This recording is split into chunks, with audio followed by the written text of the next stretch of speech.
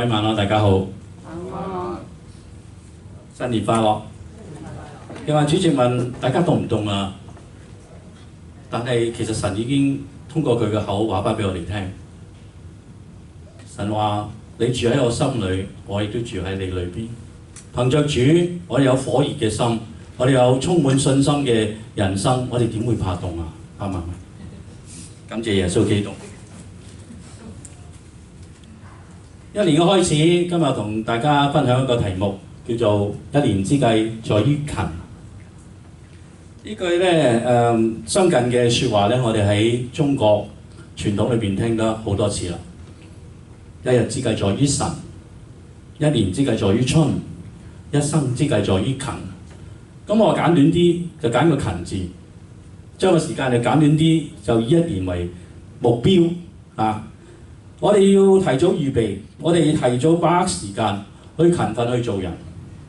聖經雖然冇直接有呢幾個説話喺聖經裏邊睇得到，但係同樣地喺聖經有同樣嘅精神。神係喜悅勤勞，係憎厭呢個怠慢，並且應許殷勤嘅人咧一定會得到飽足。我大膽講句，對我哋呢班弟兄姊妹經濟能力有限，生活壓力好大，勤勞已經唔再係一個選擇，而係一個生存嘅需要。聖經嘅應許係鼓勵大家嘅，喺主裏殷勤，唔係白白辛苦。神係睇得到，神係見得到，係喺紀念着你嘅辛勞嘅。神亦都喺合宜嘅時候咧，係賜下供應。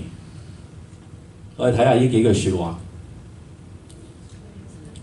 春若不耕，秋無所望；少若不勤，老無所歸。字面大家都知係咩意思啦，係嘛？對我嚟講，係咪太遲咧？唔好講春啊，唔好話秋天啊，冬天都嚟緊啦。重點去勤力，係咪好遲啊？唔係㗎，神話俾你聽，每一個時間你得到神嘅感應，都係一個好嘅開始，新嘅生命，新嘅。如果我有20年命，假設啦，20年後我都可能仲係秋天、冬天先啱開始。而家勤力都未必係遲㗎。其實我點解咁揀今日嘅題目咧？你又唔好識得我啦，可能即係我好多時表現出嚟好似好勤奮啊，幫手做呢樣做嗰樣。其實我好懶惰。我喺屋企岌頭啦，喺邊度啊？我好用英文話 lay back 嘅，即係好怠慢嘅，做嘢又唔積極嘅。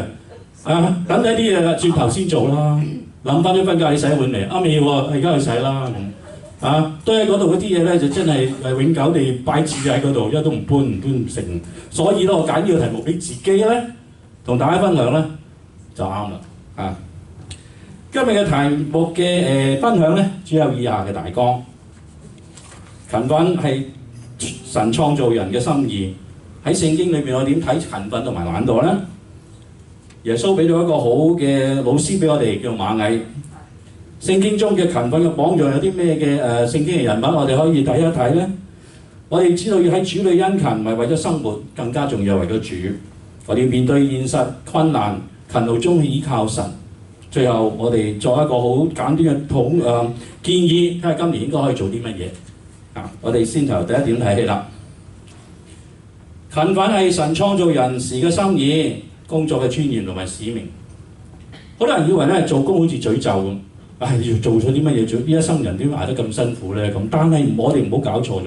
喺聖經裏邊，神已經清楚話俾我哋聽，工作係神創造人嘅時候賜下嘅祝福同埋使命。喺創世記，神就話：耶和華神將那人安置在伊甸園裏，使他修理看守。工作唔係懲罰，工作係一種榮耀。勤奮唔係壓力，而係神嘅形象喺我哋嘅身裏邊反映到出嚟。神係怎樣嘅神啊？神係一個創造嘅神，係一個行動嘅神，係不斷工作嘅神。神用咗6日去創造世界，第7日就話俾你聽，大家唞唞，有一個安息。耶穌話：我父做事直到如今，我也做事。當我哋勤奮、忠心、好踏實去做嘢嘅時候咧，其實我哋反映到神嘅性格喺我哋嘅身上高。無論我哋做咩職位，喺餐館裏工作啦，喺酒店裏邊做啦，喺寫字樓去對住啲數字喺度計數啦，喺市場度搬貨啦，或者照顧下孩子啊，照顧下啲老人家啊，做任何嘅工作，你唔好覺得係小事，每一樣事情都係神嘅安排，神俾到你係神嘅樣式，我哋勤力工作真係榮耀耶穌基督。第二點喺聖經裏邊，我哋點樣去睇一個勤勞同埋懶惰呢？喺聖經裏邊提到勤勞同懶惰呢，最好嘅章節呢就喺箴言裏邊。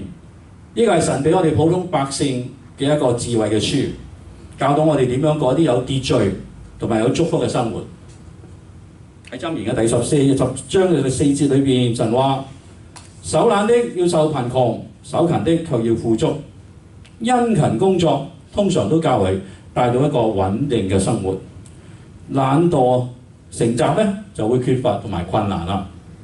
神又咁話：懶惰人羨慕卻無所得，殷勤人必豐裕。我哋只會羨慕旁邊周圍嘅人，唔去努力，唔去勤奮，根本係得唔到結果㗎。我哋願意踏實去做咧，神日子耐咗就睇到我哋嘅勤勞，睇到我哋嘅所做嘅嘢。我曾經都講過好多次啦，我移民咗嚟30年、40年嚟緊啦。我回睇翻我喺同時間畢業嘅同學嗰個年紀嘅朋友，哇，好多喺香港都好有成就已經退下休啦，或者係啲公司嘅總董事啦，大學嘅校長啦，中學嘅校長啦，或者踏踏實實做一個好出色嘅老師啦，咁生活安定有退休，哇！我知頭唔移民啦，跟住佢條路走咪得咯，係咪？其實係咪你喺唔同嘅環境裏邊會有唔同嘅結果咧？唔係㗎，我班同學係捱過好多嘅艱酸，我哋工作8小時，香港嘅模式係工作12小時㗎，有翻工冇放工㗎。你會咁得閒準時放工去沙灘行下睇下日落啊，冇㗎。佢哋勤勞過辛苦過我哋唔知啫嘛。我喺香港都做過幾年嘅老師啦，對住一班40個學生，你所付出嘅同佢哋所付出嘅大家成正比嘅，唔係白白係得嚟嘅。佢哋經過嘅努力，我哋唔會不勞而獲㗎。我哋應該係話唔好羨慕，與其羨慕，不如退而思其次去諗下點樣去努力，點樣去勤力。聖經亦都直接去警戒懶惰嘅人，懶惰使人沉睡，懈惰咧嘅人就必受饑餓。懶惰唔單止係生活態度嘅問題，而係慢慢令人失去咗鬥志，失去咗警醒，變咗對神對人都唔再有負擔。我哋好多時，譬如話不如我自己係好有藉口嘅，唔好啦，今日好攰啊，唔好做住啦，等埋先啦，唔爭在咧，儲埋聽日一齊做啦咁。每一個我哋怠慢俾藉口嘅時候，就係魔鬼嚟到我哋嘅心嘅機會。第3個大綱，螞蟻嘅智慧，提早計劃1年之計。喺聖經裏邊，神俾咗一個好好嘅老師我哋，就係螞蟻。螞蟻喺箴言裏邊，神咁講：懶惰人啊，你去察看螞蟻嘅動作，就可知得智慧。螞蟻沒有元帥，沒有官長，沒有君王，且在夏天預備食物，到收割時咧係聚斂呢個糧食。螞蟻雖然係細，但係佢哋好努力㗎，佢懂得點去準備嘅，不斷喺度搬嘢，不斷係為將來係冬天嘅時候咧預備嘅。箴言又話：懶惰人咯，你要睡到幾時咧？你何時睡醒咧？再睡片時，打盹片時，抱着手躺臥片時，你的貧窮就如強盜起來，你的缺乏又如拿着兵器人來到了。你有冇見到我嘴笑啊？我而家就真係有時星期6日咧就好中意去瞓個午覺啊。雖然好似即係而家冇咁大嘅壓力，但係其實咧就係一種怠慢嘅時候啦。無端白事瞓多幾個鐘有咩得益咧？諗深一層，係咪真係你會肥咗？係真係肥咗，咁但係係咪應該對你有好處咧？又唔係㗎嘛，係咪啊？螞蟻俾到3個嘅功課俾我哋睇，唔好人逼，自發，把季節提早去規劃，一點一滴去累積，唔好人去逼你，你自動自覺自發去做嘢。呢樣嘢好重要㗎。因為點解咧？我曾經記得嗱，馬藝沒有元帥，沒有官長，但係自動自覺去做。我記得而家講係20幾年、30年啦。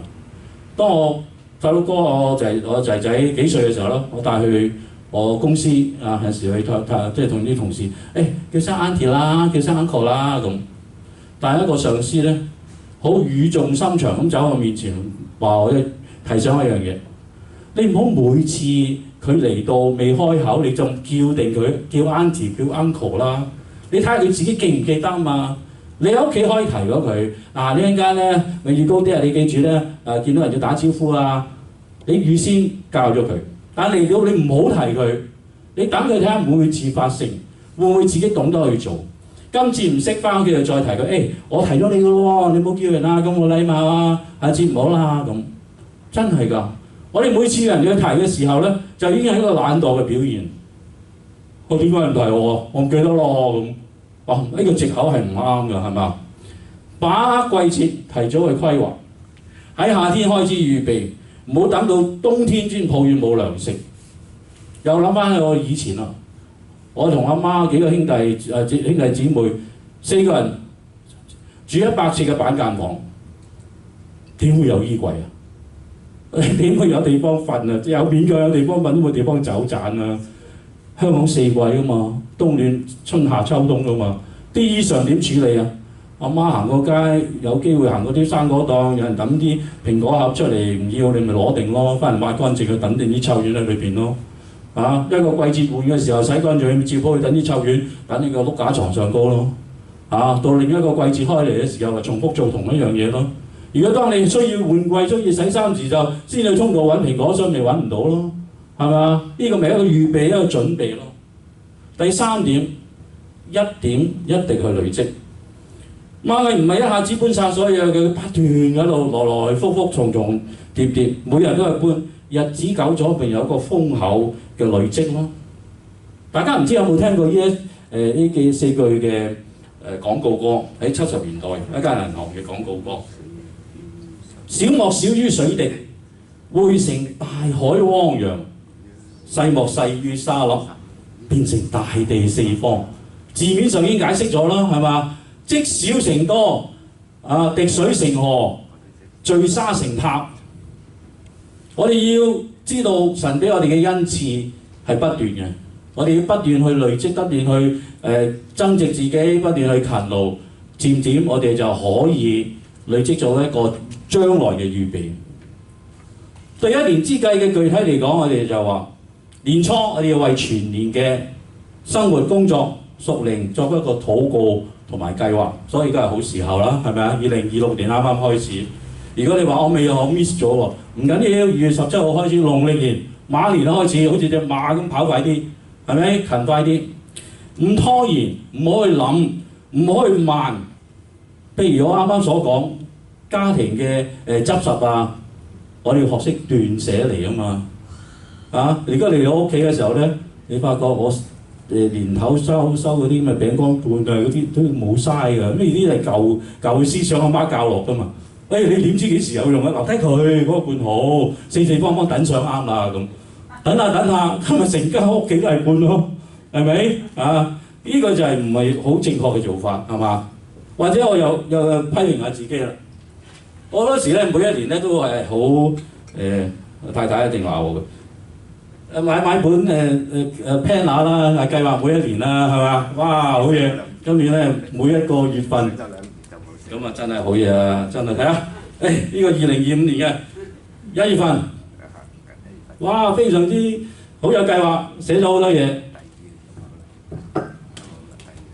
但係其他嗰啲月份咧，哇，真係好白淨，哇，青靚白淨，好似呢個叫個白飯咁啊嚇。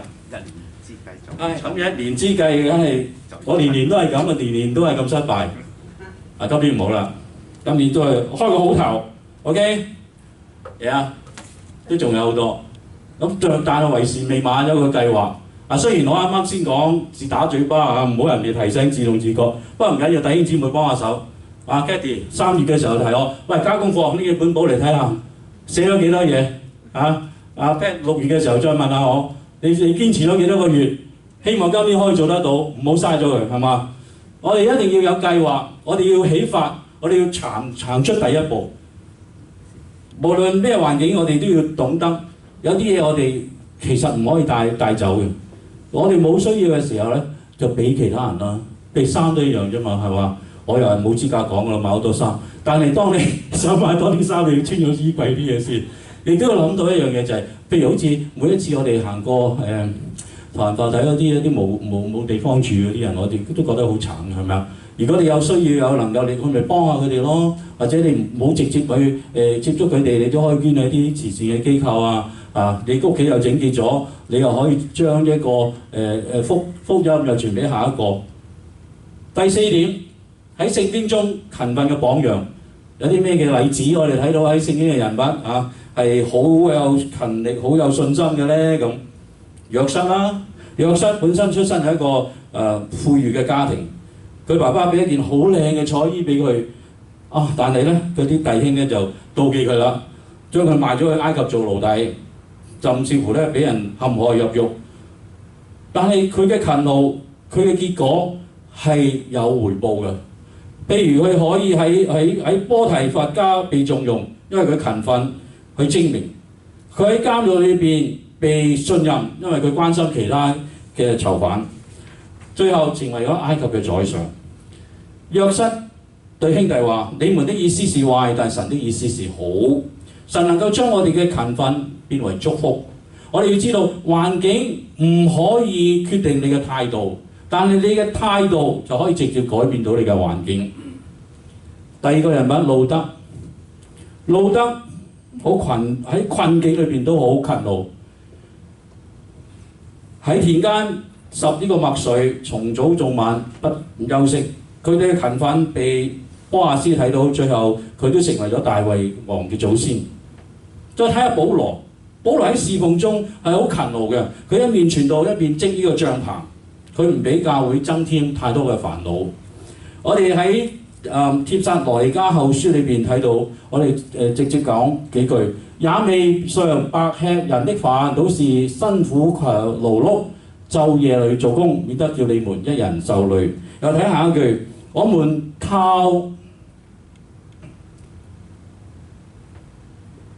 靠主耶穌基督吩咐，勸戒這樣的人要安靜做工，吃自己的飯。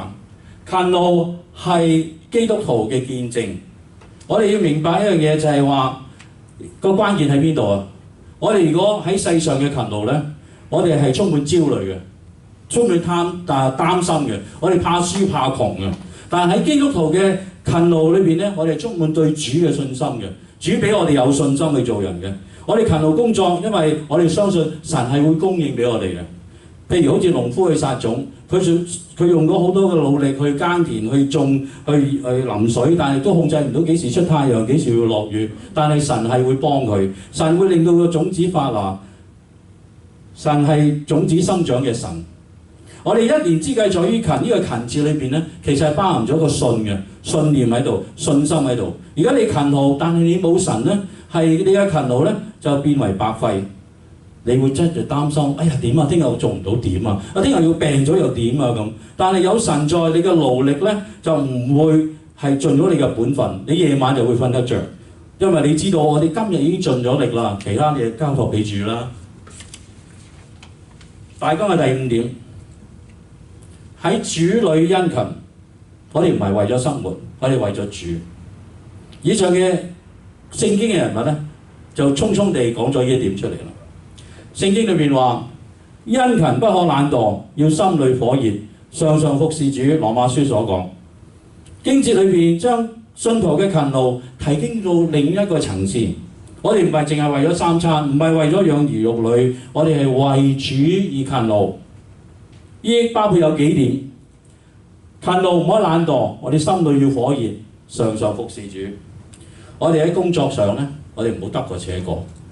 呢個字係寫唔到嘅，我哋講俗語就係 hea 啊，你唔好 hea 住做啦，係嘛？即係怠慢啦，拖長嚟做啦。朝頭早翻工，翻到去發覺公司原來隔離咗都冇乜人喎，個 boss 又未翻，開個電腦食個早餐先 ，OK， 慢慢嚟，唔好快 ，OK，我哋亦都唔好再喺家庭裏邊咧，將個責任去推卸俾其他人。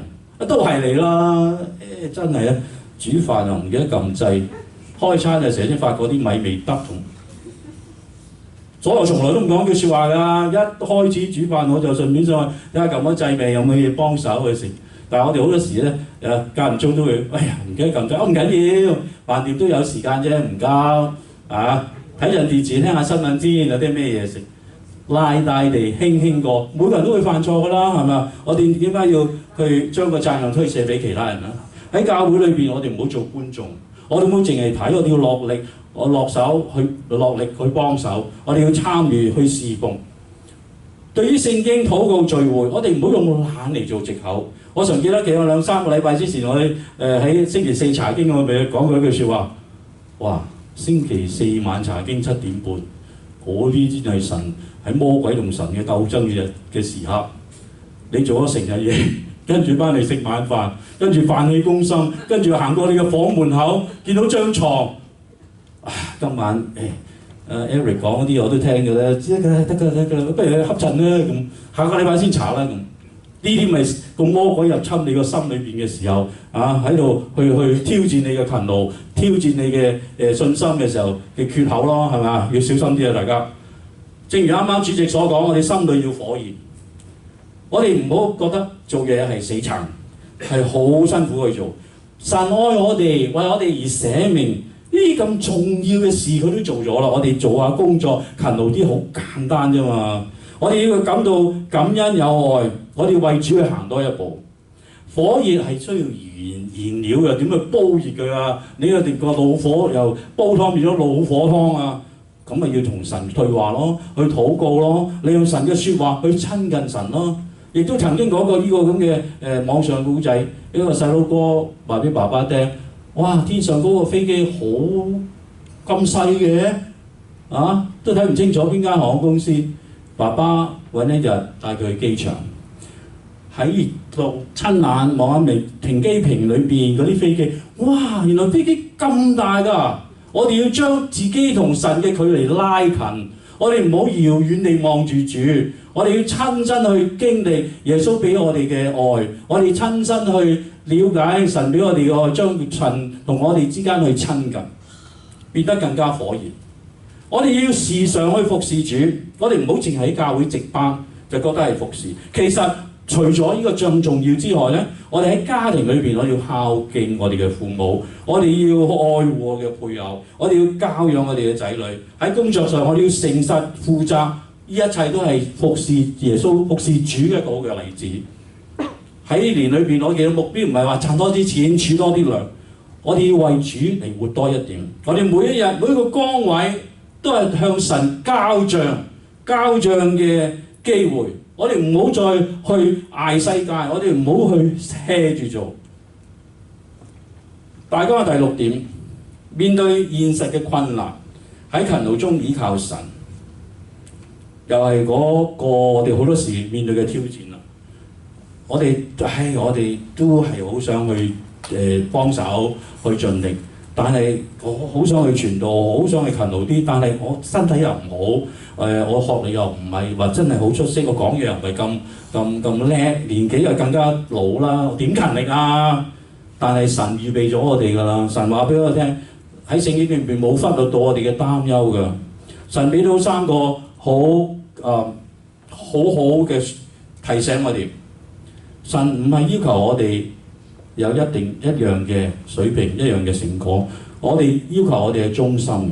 神喺耶穌基督同我哋講，佢係按才幹去交託嘅。譬如喺聖經嘅故事裏邊，我哋睇到主人同埋分配啲僕人喺俾5,000、2,000或者1,000，大家都好熟嘅故事啦，係嘛？主人唔係睇中嗰個數字，主人係睇中你有冇忠心，有冇用力去做得到，你有冇咁嘅能力，係每個人嘅恩賜都唔同嘅。雖然我好中意想唱歌，但係我嘅恩賜、我嘅能力有冇阿 Ruth、有冇阿 Cathy、有冇阿榮哥咁好咧？自知之明咯，係嘛？咪做啲神交到俾你，認為你有能力做得到咯。有記得上個禮拜 Cathy 同我哋開會之前傾開偈，牧師不如俾阿 Jeff 上去試下唱迦南之星啦。牧師真係一個好慈祥嘅人，牧師又冇話唔好，又冇話好，佢係口微嘴咁啊對住我笑，咁咪知道咯，係咪啊？教人啦，唔使咁就抬逼下次先啦，練下先啦，係咪？感謝主，感謝我哋愛我哋嘅神，愛我哋嘅牧師。對一啲人嚟講，勤勞咧係不斷去做嘢，翻2份工、3份工，放工又再放，冇時休息。但係呢啲唔係神要求我哋，唔係想我哋去做嘅。神要求我哋係按時食藥，有規律嘅運動，去學習理財，唔好浪費。第二點，勤勞唔係靠死撐嘅，係與神同工嘅。當保羅話：我靠着那加給我力量嘅，凡事都能做。佢唔係話凡事都能賺大錢喎。當神交託喺你嘅身上，每一切咧都係憑着主嘅力量咧去完成嘅。我哋信徒嚟講，一年之計在於勤嘅基礎就係話，我哋嚟到一年嘅開始，嚟到神嘅面前，我哋好認真地同神對話。今年今生，我哋以後有啲咩應該係去做，有啲咩係應該唔可以做，然後我就喺應該做嘢去盡心盡力盡意咁去做到最好。第三點，勤勞要防止成為工作狂。我哋生活要平衡，我哋要明白箴言話我哋要勤勞，但係亦都提醒我哋唔好因為貪財而勞碌，忘記咗神，忘記咗你嘅屋企人。真正合神心意嘅勤勞咧，係要平衡㗎。呢個作息有定時嘅，我哋主日要去敬拜，我哋翻到屋企要同家人相處，有自己同屋企人嘅共聚嘅時光，唔係翻到去繼續做公司啲嘢㗎。我哋喺安靜得到主安息嘅時候，工作12小時，我哋睇電視劇，呢個根本就係一個好壞，但係亦都係好現實。未天光就已經翻到公司，放工又已經係天黑嘅，冬天更加感受到呢個情況。再睇下個手錶，做咗10個鐘、12個鐘，哇！呢個唔係主要你嘅勤勞㗎。我哋要靠主得勝，我哋要安排好作息，安排好嘅時間，喺工作嘅時候效率好啲，唔好 hea 做妥債嘅時候就要將啲時間俾翻你嘅屋企人，俾翻你自己。新嘅一年，我哋有啲咩嘅展望咧？講咗咁多，要勤力啦。我哋睇一睇，一年之計在於勤。我哋唔好淨係個口講，我哋揾呢啲實際嘅提議出嚟睇睇，好嘛？屬靈上嘅勤，我哋要每一日都定一啲規定嘅時間，5分、10分鐘或者半個鐘，或者甚至應該譬如1個鐘頭。我哋完全係將時間咧係交喺同神嘅對話。我哋要通過聖經禱告，讓神成為我哋生活裏邊每一日嘅開始，每日嘅結束。我哋要盡量準時嚟到教會，我哋要專心地敬拜，聆聽神嘅説話。我哋唔好將懶惰同埋一個壞嘅習慣拖累咗呢個教會屬靈嘅生命。我哋睇到大家其實係好聆聽神嘅説話㗎。我哋做主席每一次上台就提大家將你嘅手機校到靜音或者係關掉佢。而家好多㗎啦。好少見準時10點半就拎，以前就好拎㗎。喂，等你好耐喎，得啦，幾時接你啊？開咗台咯。而家啲人唔好啦，都好少聽到㗎啦，係嘛？大家弟兄姊妹咧，好聽神嘅説話。我哋家庭裏邊嘅勤，我哋要主動關心我哋嘅家人，一句嘅鼓勵，一句嘅問候，一個簡單嘅禱告，長期落嚟咧，家庭裏邊咧就有和諧啦。呢兩個英文字係咩啊 ？Sorry， 對唔住 ；argue， 吵鬧，都係5個英文字母，但個分別有幾大啊？你行一邊就係和諧嘅家庭、和諧嘅生活；你行嘅一邊就家無寧日喺度嗌交。我又喺網上睇過呢一個，雖然係做出嚟嘅古仔嚇，兩個夫婦冷戰夜晚咧就唔傾偈，到第二朝咧就翻工，就坐喺架車度。個老公就預備開車，個太太喺隔離，呢度炒依樣炒嗰樣。佢忍唔住口問佢：你炒乜嘢啊？我尋找緊一個落台階咁。哇！呢句真係又真係幾得意喎！又啱喎，你都主動話對唔住我錯啦，咁冇意思喎，係咪？真係好有智慧係嘛？講緊個落台階係都話唔啱咁，講句 sorry 有幾困難咧，係咪？我都偷啲時間，太太唔好意思sorry，我呢時上張台咧都係好似講你啲壞話，唔啱嘅，我知錯啦，今晚應該有飯食嘅多謝你。我哋要負起責任，我哋盡咗自己做嘅職責嘅角色。你係丈夫，你係妻子嘅兒女或者係長輩，每個人嘅角色都唔同。我哋求主去帶領我哋，唔好偷懶，唔好推卸責任。呢度我又諗起一樣嘢喎，角色咧，我唔係講我太太講係其他坐架車嗰啲人。好多時咧，我哋會揸車咧，有一個英文嘅俗語咧，就俗語咧就叫 backseat driver。你係駕駛者，但係喺你後邊隔離嗰啲咧，就叫做後座啲駕駛者。咩意思啊？你轉右啊嘛，咁你直行啲轉右快啲咁。唔衝埋㗎啦，黃燈。去到嗰度轉左啦。喂，我揸車，我有個計劃，我有個導航，我知道行嗰條路，唔好騷擾自己啦，唔好煩惱啦。係咪啊？我哋要互相去尊重對方嘅角色，我哋互相去幫助係唔好過於，我要適當地我哋要喺工作同埋經濟上去勤勞。而家嘅工作要誠實、守時、負責，建立咗其他人對你嘅信任，好過你做唔到冇幾耐就話，呢份工唔好嘅，換過第二份。我唔係讚自己，我去一個我絕對唔係讚自己不過咧係聽到我去一個新嘅環境，工作環境幾年冇咗幾耐之同啲同事咧就係新同事嚟㗎佢問我點解你喺度笑咧？我話咁笑嗰個喊咁。我話梗係要笑啦！你嚟到一個新嘅工作環境，一切都唔係你嘅選擇。嚟到有一班新嘅同事，佢以主嘅愛嚟幫你。去等你適應落去，我仲唔笑？我點解要為咗工作上嘅困難同埋挑戰嚟影響咗同事之間嘅和諧呢？我哋要預備好自己，咁咪冇少啲困難，有少啲嘅挑戰，俾自己亦都等人哋工作都順利啲咯。我哋要做一啲簡單嘅理財，我哋要記帳記下用咗幾多錢，又唔好做一啲唔應該要耕自己嘅田地，食得飽。必得飽食，追隨虛浮嘅，只會貧困。我話成晚都打自己嘴巴㗎啦，係咪？而家啲問包太太，我後生嘅時候咧，真係好鬼中意買嘢嘅。佢又好屋企嘅其他屋企人咧就好相信我嘅。哇！你又買個新相機，我唔係舊嗰架嚟啫嘛咁。其實有年換款啦，行過走廊都踢到有一架 laptop 嗰架相機咁，真係好唔啱嘅。係咪啊？我哋應該適當地去消費，有啱咧夠咧就可以啦。可以食間唔中可以食一啲自己喜歡食嘅嘢，就唔好食得過飽，係咪？我哋知道神係教導我哋嘅，我哋每樣嘢都有一個定時一個計劃。我哋喺教會上要服侍，要勤力。我哋每個人都有唔同嘅恩賜，正如啱啱所講。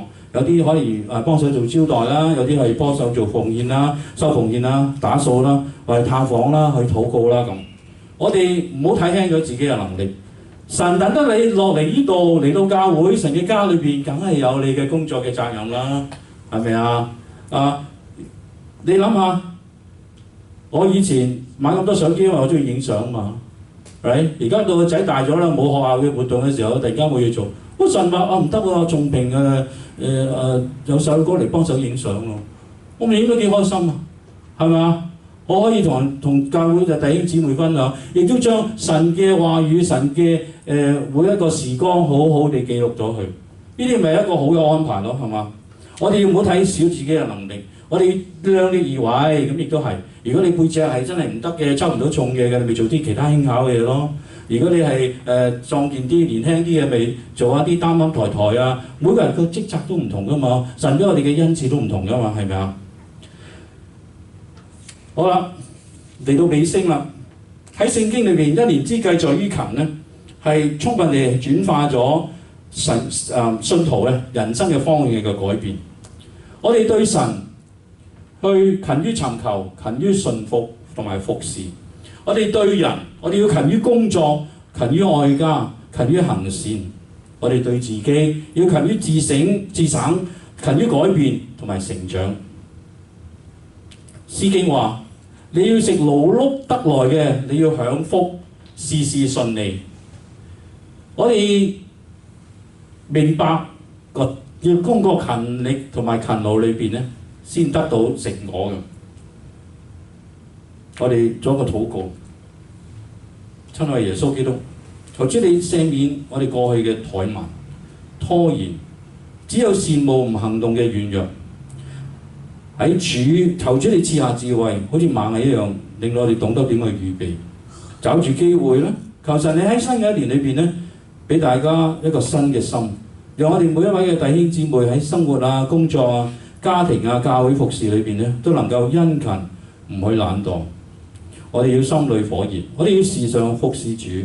我哋將新嘅一年每一天都成為討主喜悅嘅一年。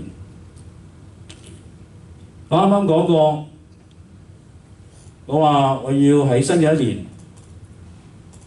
做一啲新嘅計劃、新嘅勤勞。咁我做咗啲咩嘢咧？第一步真係好勤勞去預備我嘅分享。雖然你睇到個光頭都唔怕啦，都話個事實你聽。